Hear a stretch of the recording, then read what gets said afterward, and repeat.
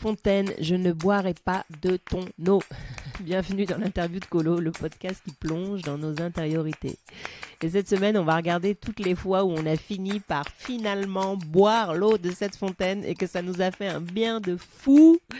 Et qu'en fait, on se rend compte qu'on l'avait pas fait juste par snobisme ou par dévalorisation de soi. Bref, écoutez-moi ça, dites-moi si vous vous y retrouvez. Bonne écoute.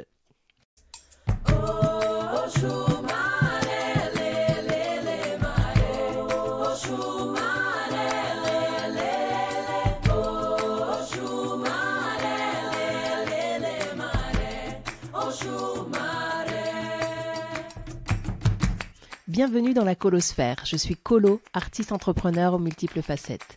Chaque vendredi, dans l'interview de Colo, je vous propose une plongée thématique avec ou sans invité, dans nos vies intérieures, dans notre puissance et notre vulnérabilité, dans toutes les nuances qui font de nous des êtres humains. Si vous avez apprécié ce rendez-vous, partagez-le à vos proches, écrivez-moi en commentaire et pour soutenir le podcast, mettez une super note pleine d'étoiles.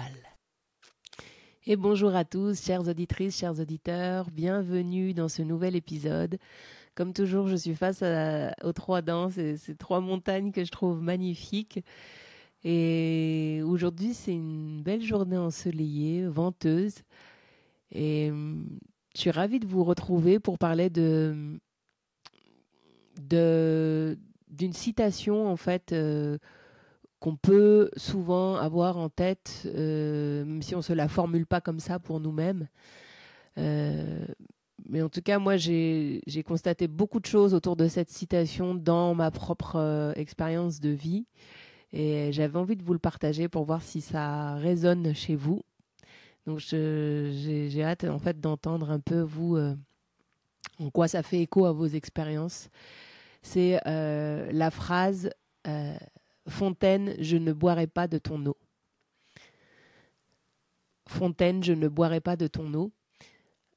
Alors, je ne sais pas exactement d'où vient cette citation, je n'ai pas fait de recherche. Mais par contre, moi, ce que j'observe dans ma vie, dans mon expérience de vie, c'est que ça s'est matérialisé sous deux formes.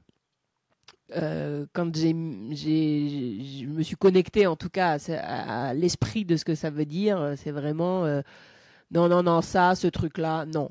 Ce truc-là, non, no way. Ce truc-là, non.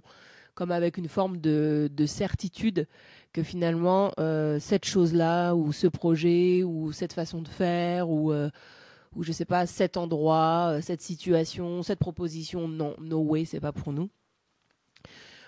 J'ai observé donc que ça se matérialise, moi, ça s'est matérialisé dans mon existence sous deux formes. La première, ça va être la forme vraiment de mise à distance avec une approche vraiment de jugement comme « Ah non, ça, c'est no way, ça, c'est mal, ça, c'est nul, ça n'a aucun sens, ça, c'est berk, quoi ». Avec un peu un jugement presque un peu méprisant de eux, ils font mal et moi, je fais bien, quoi. Donc ça rejoint vraiment l'épisode dont on a parlé, l'épisode de la semaine dernière, quoi, sur cette histoire de camp, des gentils et des méchants. Et la deuxième forme sous laquelle ça s'est exprimé dans ma vie, c'est plutôt une forme du type non, Fontaine, je ne boirai pas de ton eau parce que, en gros, je n'y arriverai pas. Je n'y arriverai pas, c'est pas pour moi. Donc c'est comme s'il y avait une envie vers cette chose-là, mais qu'on estime à un moment donné que cette chose-là n'est pas pour soi pour plein de raisons. Donc pour que ce soit un peu plus éclairant, ce que je voulais partager, je vais vous partager des exemples pour chaque forme de déclinaison finalement de cette situation dans ma vie. Encore une fois, c'est pour que vous puissiez vous projeter et voir si ça vous parle et de faire un peu le petit scan de vous dans votre expérience de vie. Est-ce que ça a pu exister? Donc la première forme, la forme de mise à distance, de jugement en fait, je pourrais dire de jugement. Fontaine, je ne boirai pas de ton eau parce que non, c'est tout pourri, c'est nul, ils sont cons, etc. Moi, dans ma vie, ça s'est matérialisé. Alors là, j'ai trouvé 3 exemples, ouais, j'ai pris des petites notes. J'ai 3 exemples, mais il y en a plein, plein, plein, hein. Mais là, je trouve que c'est 3 exemples assez différents et assez parlants, en tout cas pour moi. Le premier, c'est vraiment, je pense, quand j'étais, je sais pas, quand j'avais peut-être la vingtaine, un peu plus, parce qu'avant, ça m'intéressait pas trop. Mais je pense entre, ça devait être technique, ouais, c'est ça, plutôt vers 25 ans. Vers 25 ans, j'avais vraiment un espèce de truc ultra jugeant, mais vraiment ultra jugeant en mode non, mais en fait, ces gens-là, mais laisse tomber, quoi, mais c'est insupportable, ils sont vraiment trop cons. C'était un jugement de tout le milieu de la culture. Donc, c'est-à-dire les personnes qui travaillent dans la culture, dans le spectacle. Moi, j'aimais les appeler les théâtreux, quoi. Le summum de tout ça, pour moi, c'était vraiment le théâtre, quoi. Tu vois, genre, les théâtreux, le théâtre. Et j'avais vraiment un truc hyper violent, hyper sectaire, alors que je formulais... je pense que je le formulais aisément quand j'étais dans des groupes qui pensaient la même chose, mais sinon, je le gardais pour moi, puisqu'en fait...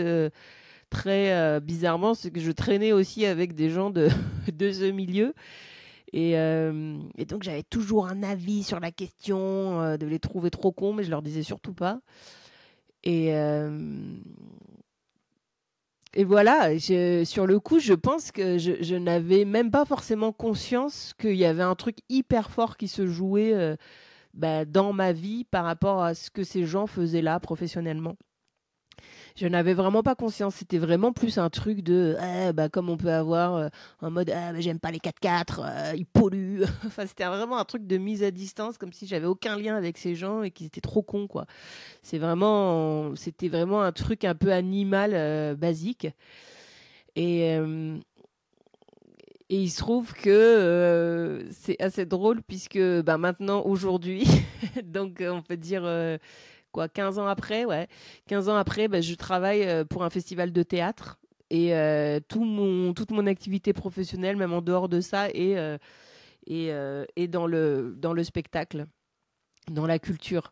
Donc moi, ce que je trouve assez fou là-dedans, et ce que j'observe, c'est qu'en fait, j'étais vraiment, je pense, dans une envie non assumée, une sorte de regard méprisant de gens qui faisaient des masturbations cérébrales. Alors qu'en fait, je pense que mon âme était complètement attirée par ça, quoi. Et c'est ça qui m'a amené à un tel rejet, en fait. C'était un rejet de ne pas assumer que moi-même, j'avais envie de faire ça. Et donc, je l'ai rejeté, je l'ai jugé, parce que c'était une forme de jalousie, d'envie. Ils me renvoyaient trop, je pense, la liberté qu'ils avaient eue de choisir cette voie-là. Donc moi, ça s'est fait en étapes, hein. Je pense que c'est à peu près 5-6 ans après mes 25 ans que j'ai changé de secteur, que je suis allée dans le spectacle. J'ai d'abord travaillé dans la musique et après, je me suis retrouvée dans le théâtre. Donc c'est vraiment très, très drôle. Et ce qui est fou, c'est que je travaille pour un festival de théâtre, mais moi-même, j'ai créé mes propres spectacles que je joue sur scène. Donc je trouve que c'est assez marquant. En tout cas, c'est pour ça que j'ai choisi cet exemple. Et ça partait vraiment de cet endroit de Fontaine. Je ne toucherai même pas un poil de ton eau, quoi, parce qu'elle est tellement, agerbée, elle est tellement toute pourrie. Limite, elle va me donner des, elle va me donner des boutons. Ça va me, hein. Alors que, voilà, en fait, au final, ce qui se trouve au fond, et ce que je vis aujourd'hui, 15 ans après, c'est que c'est un baume pour moi. J'ai vraiment trouvé l'endroit où j'avais envie d'être, en tout cas professionnellement.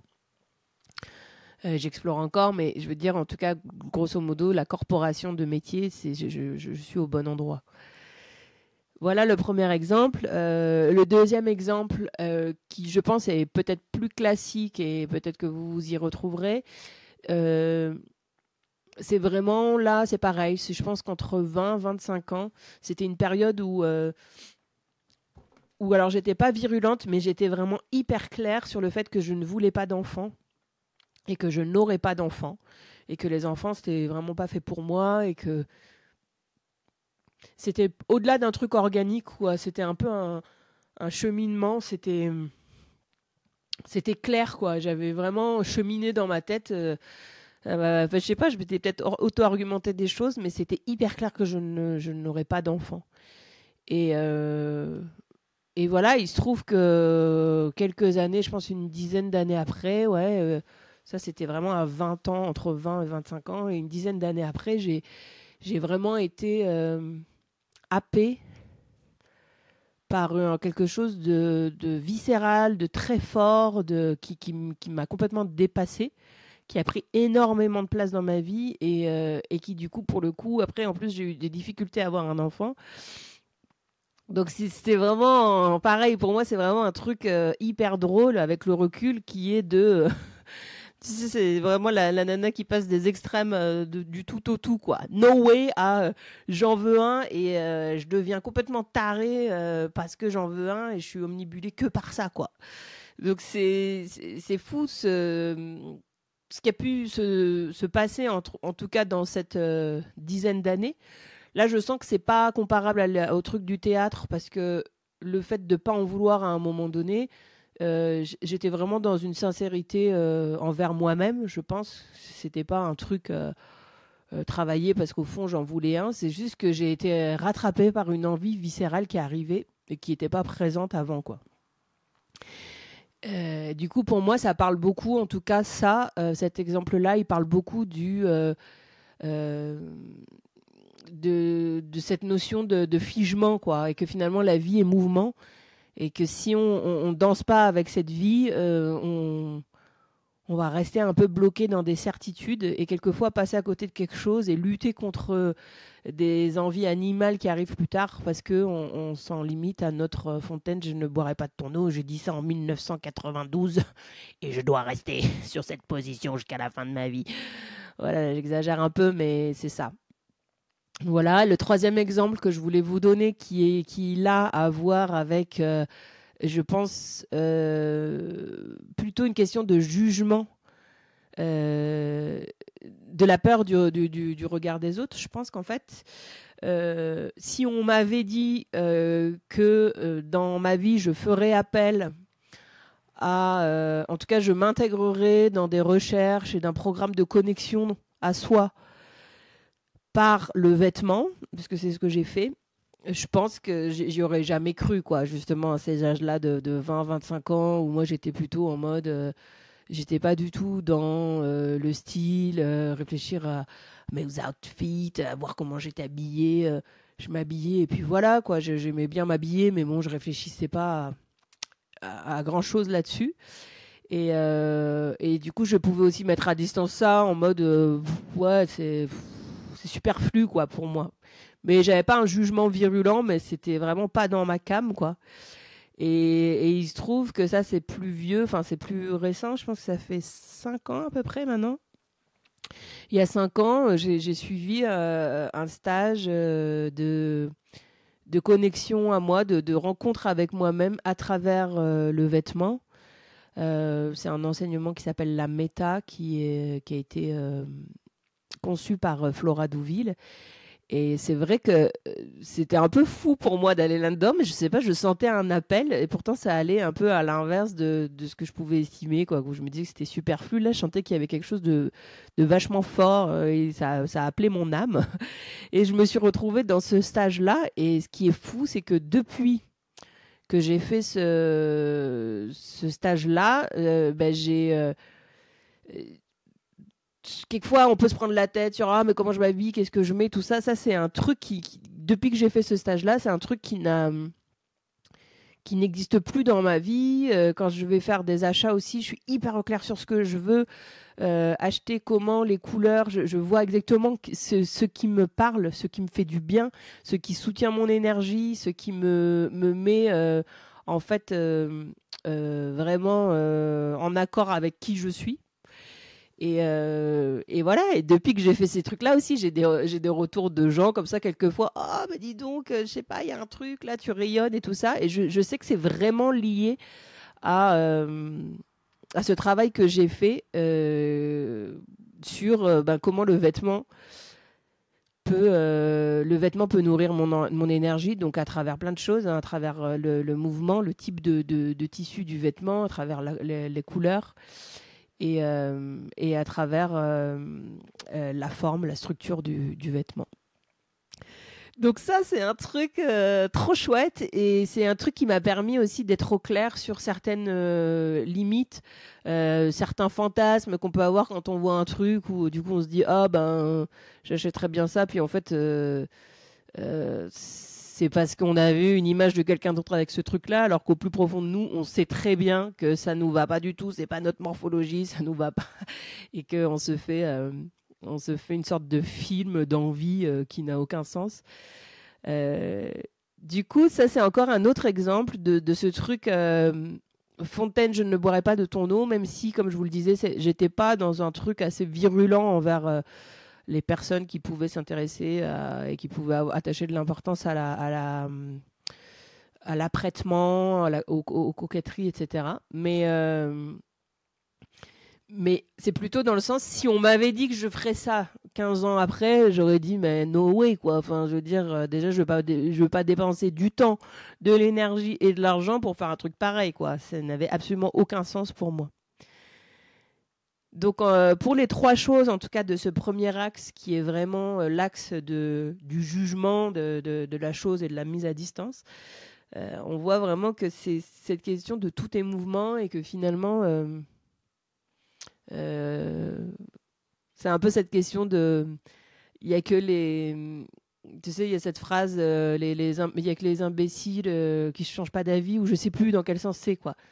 Mais en fait, moi je suis hyper hyper fière et hyper contente aujourd'hui de m'autoriser à changer d'avis, quoi, et de m'autoriser à le faire même si ça paraît complètement incohérent à qui que ce soit.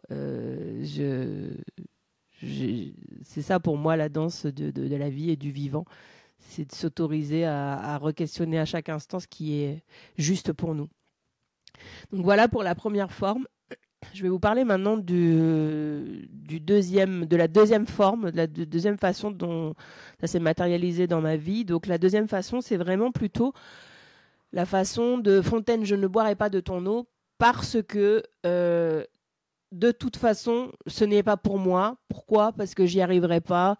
Parce que soit je suis pas légitime, soit parce que je suis trop nulle, soit parce que c'est pas pour moi, parce que c'est pas mon truc, je sais pas faire.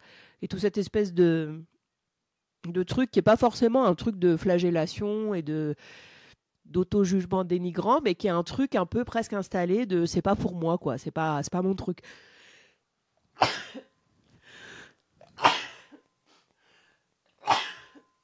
Pardon. Et donc là, pareil, j'ai plusieurs... Excusez-moi. La période un peu compliquée au niveau du nez. Et là, pareil, j'ai plusieurs exemples. Donc, parmi les exemples que j'ai notés, il y a des exemples liés plutôt à la santé et d'autres liés plutôt au projet. Donc l'exemple lié à la santé, c'est que je pense que là maintenant, 2014, oui c'est ça, donc 2014, ça fait 10 ans. Ça fait 10 ans maintenant, ouais. Donc il y a 10 ans, j'étais en très grande difficulté physique avec mon genou. Mon genou, dès que en fait, je m'étais blessée à un sport où j'étais régulière.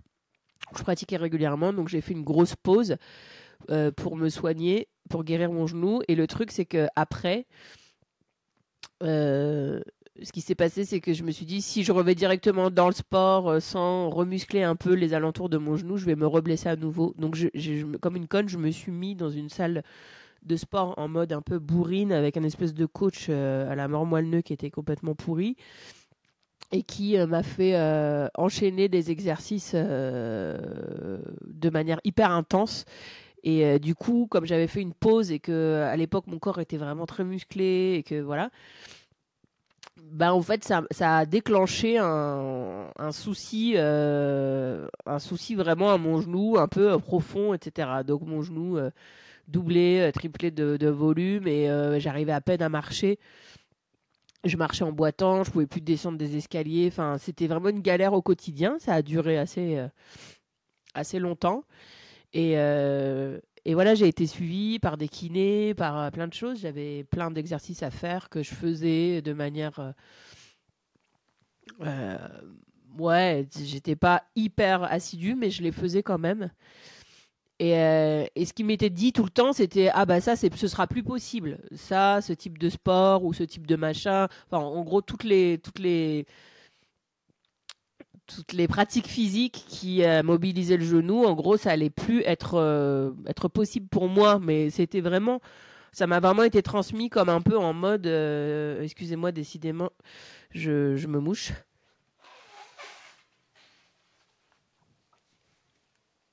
Ça m'a vraiment été transmis comme en mode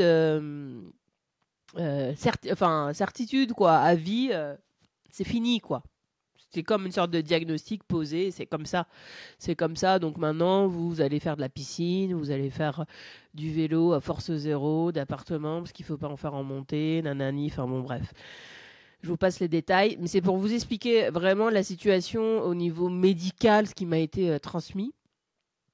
Et moi, je suis vraiment rentrée là-dedans. C'était une période en plus où j'allais pas très bien mentalement. Donc en fait, ouais, ça a été aussi une information, moi, qui a pu me plomber aussi mentalement, puisque j'étais quand même ultra sportive à l'époque.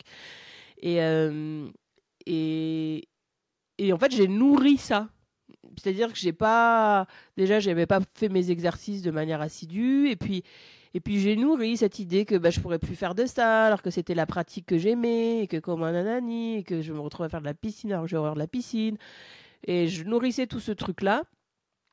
Et ça s'est comme ça dilué pendant plusieurs années, euh, jusqu'à ce que, et à un moment donné, je me suis dit non, mais en fait, moi, je veux m'inscrire à tel truc, j'ai envie de faire tel stage, je vais le faire en fait. Et ça a pris vraiment beaucoup de temps, mais petit à petit, j'ai recommencé à solliciter mon genou avec des pratiques physiques qui m'étaient soi-disant, enfin en tout cas qui m'étaient soi-disant, qui m'étaient déconseillées. Et j'observais, en fait, c'était une période où j'ai beaucoup travaillé de manière générale sur moi, sur l'écoute de mon corps, etc. Et j'ai vraiment, voilà, j'observais ce qui se passait. Donc, quelquefois, quand c'était trop violent, après, je morflais.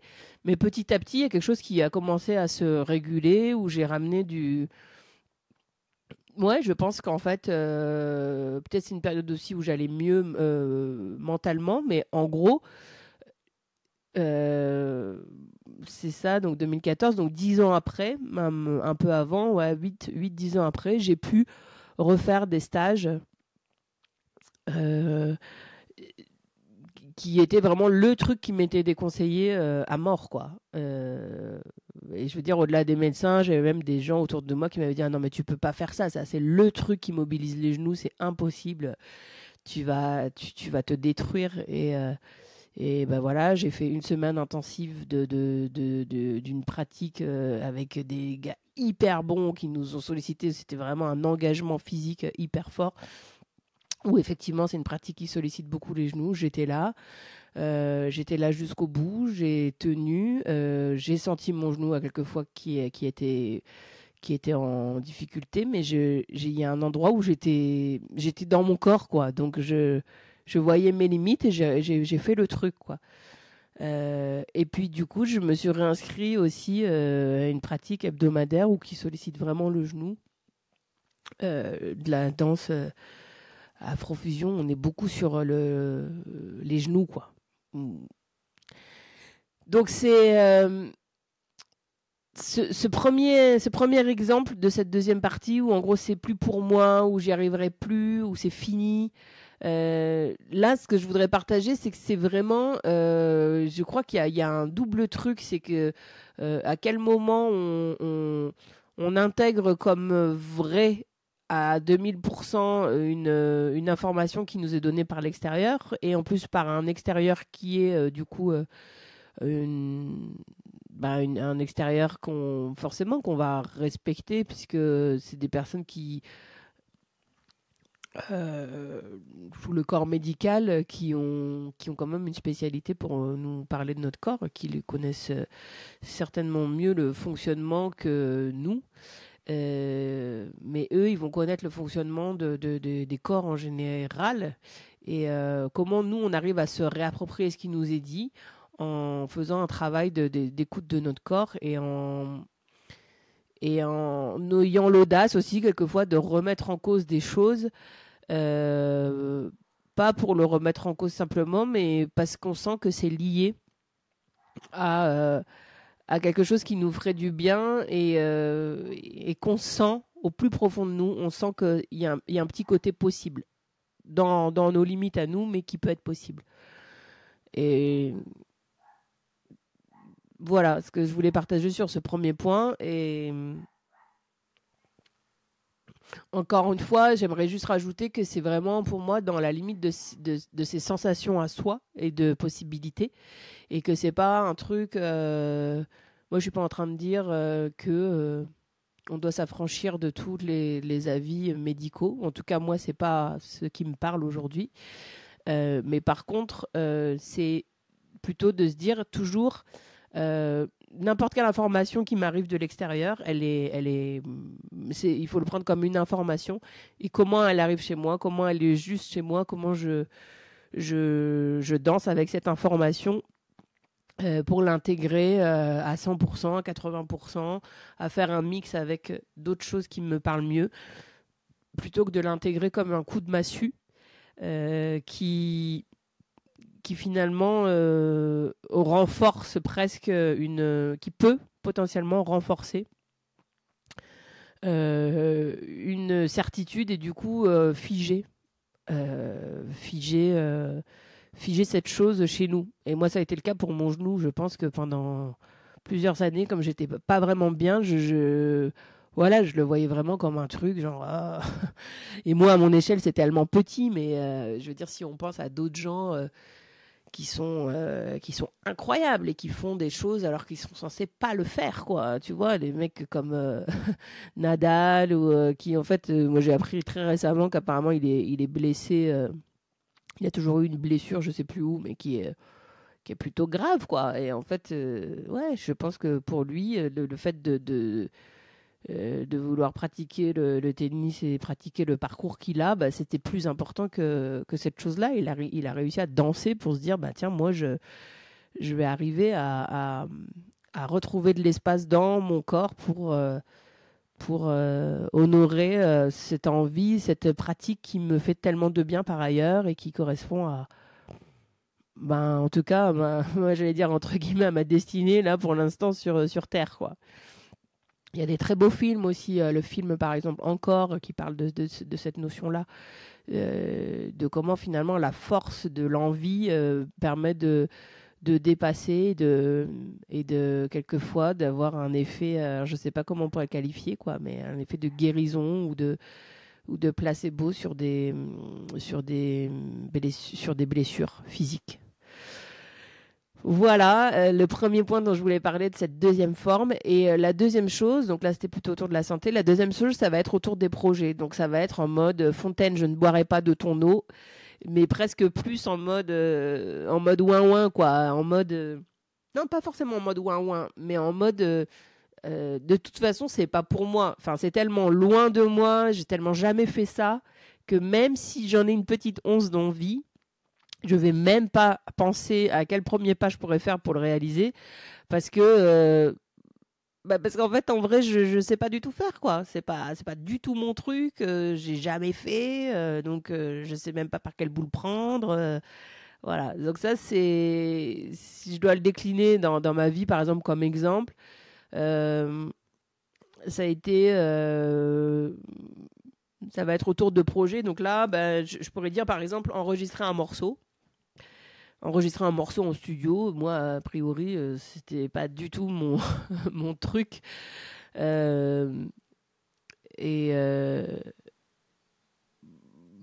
et je pense qu'en fait, ça fait très longtemps que j'avais ce truc un peu dans mon bidou qui traînait quelque part, qui était là, j'ai les textes qui étaient écrits, après j'ai pu en jouer sur scène et tout ça, mais le truc d'avoir quand même une forme finie, enregistrée, qui soit figée, écoutable, du coup en enregistrant un morceau, ça c'était vraiment le truc où no way quoi, moi c'est pas pour moi je suis autodidacte, moi je fais mes trucs comme ça, là je fais mes petits spectacles et puis ça va bien, mais c'est pas pour moi d'aller figer une forme et d'enregistrer quoi, vraiment d'enregistrer qu'après ce soit écoutable. Et, et en fait là, bah, c'est pareil, ça a pris vraiment beaucoup beaucoup de temps, mais au final j'ai cheminé et petit à petit j'ai enlevé ces couches quoi, qui me séparaient de, de ce que je pouvais faire, de cette envie. J'ai enlevé toutes les couches qui vont souvent, là, pour le coup, plutôt être un peu dans la sphère de mais qu'est-ce que les gens vont dire? Donc là, on est vraiment plutôt dans les qu'en dira-t-on, le regard des autres. Et un truc assez vraiment présent, je pense qu'il peut se rattacher à plein de projets en général, hein, bah, pas forcément uniquement le projet d'enregistrer un morceau, mais c'est vraiment la peur du ridicule. Comme en fait on débarque et qu'on ne sait pas faire quelque chose, il y a vraiment cette quasiment paralysie de la peur du ridicule et de dire non mais en fait je je peux pas commencer un truc que je sais pas faire. Et et donc pour moi c'est vraiment en tout cas, quand on a ce même type de sensation que moi j'ai pu avoir, pour moi, en tout cas, c'est vraiment par des pas petit à petit, par euh, remettre un petit peu de la confiance, trouver des personnes avec qui on se sent bien pour pouvoir faire les choses. Moi, c'est un peu ce qui s'est passé, c'est-à-dire que on m'avait donné des contacts de lieux qui étaient vraiment super, mais où les gens étaient certainement avaient un peu l'habitude de toujours travailler avec des pros et d'enchaîner. Et du coup, moi, c'est vrai qu'au milieu de ce studio-là, je pense que je me serais trouvée un peu comme une sorte de d'ovni et à être un peu gênée parce que humainement, bah, j'avais vraiment tout à apprendre et du coup, ça aurait été un peu décalé, quoi.